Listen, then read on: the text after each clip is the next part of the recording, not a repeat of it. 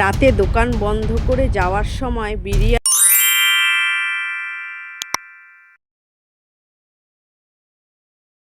আহ, এই বিরিয়ানির গন্ধে অর্ধেক লোকই পাগল হয়ে যাবে। মাংস কম, ভাত বেশি, তবু দাম 4 গুণ বেশি। আহা, এভাবে তো একদিন আমি সোনার ঘরে বসে বিরিয়ানি খাবো।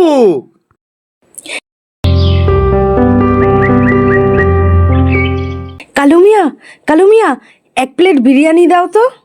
1 প্লেট মানে? টাকা আগে দাও, তারপর বিরিয়ানি।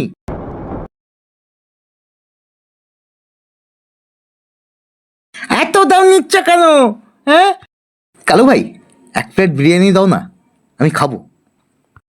টাকা এনেছো? না রে ভাই, এখনো ফসল কাটা হয়নি, টাকা নেই তো বিরিয়ানিও নেই। আমার বিরিয়ানি গরিব লোকের পেটে যায় না। আমার বিরিয়ানি খেতে গেলে দাম দিতে হবে, না হলে গন্ধ শুকে বাড়ি যাও যাও যাও যাও। তাই নাকি? ঠিক আছে, থাক, আর কি করব।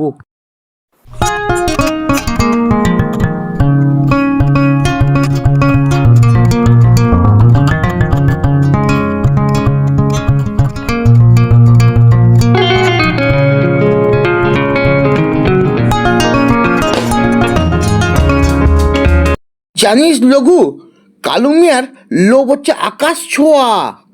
একদিন ওকে না শিক্ষা দিতে হবে। ও গন্ধ আর ছাদের ফারাক ভুলে গেছে।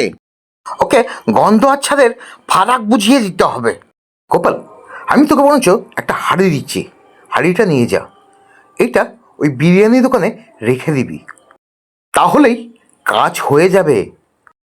গোপাল হাঁড়ি নিয়ে বিরিয়ানির দোকানে যাবে। আলু চাচা, এই হাঁড়িটা রাখো, তোমার বিরিয়ানির গন্ধ আলো বেলে যাবে। তাই নাকি? এটা একটা জাদুল হালি, এর পাশে যা রান্না লাগবে তার গন্ধ 10 গুণ বেড়ে যাবে। লোভে বিরিয়ানিওয়ালার চোখ চকচক করে ওঠে। সত্যি? তবে সত্য আছে, এটা গন্ধ খায় খিদা মেতে, কিন্তু খাওয়া যায় না। বিরিয়ানিওয়ালা হাঁড়ি রেখে রান্না শুরু করে। আশ্চর্য গন্ধ ছড়িয়ে চারিদিক মাতিয়ে তোলে।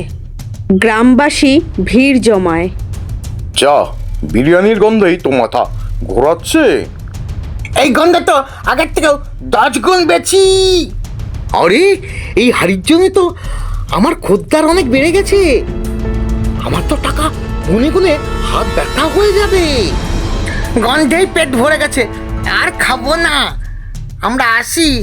হ্যাঁ হ্যাঁ, তোমার দোকানে এসে গন্ধ শুনেই পেট ভরে গেল, আর টাকা কিন্তু দিচ্ছি না, আসি আমি। সবাই খুশি খুশি চলে যায়। বিরিয়ানিওয়ালা হাঁ করে তাকিয়ে থাকে। এই, আমার বিরিয়ানি খাও, টাকা দাও।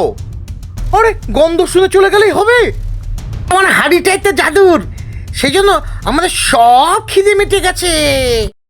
রাতে দোকান বন্ধ করে যাওয়ার সময় বিরিয়ানিওয়ালা হাঁড়ির সামনে বসে নিজেই গন্ধ খেতে থাকে। পেট তো ভরেই না, খিদেতে কষ্ট পেতে থাকে। দূর, গন্ধে পেট ভরে নাকি? এ হাড়ি তো আমার সর্বনাশ করে দিল।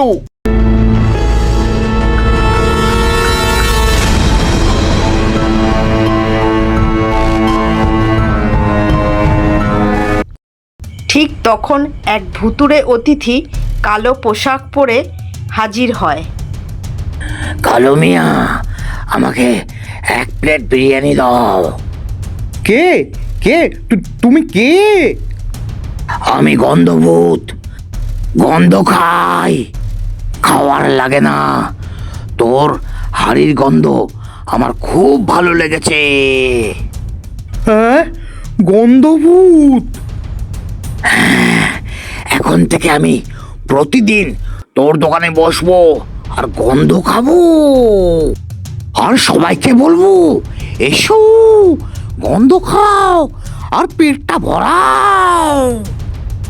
বাবা গোপাল, তুই এই হাঁড়িটা নিয়ে যা, আমি আর লোভ করব না। লোভ না করলেই ভালো, লোভ করলে পেট ভরে না, ভাগাভাগিতে আনন্দ হয়। লোভ মানুষকে অন্ধ করে তোলে, কিন্তু বুদ্ধি, ভাগাভাগি আর সদ্ব্যবহারেই সুখ সমৃদ্ধি আসে।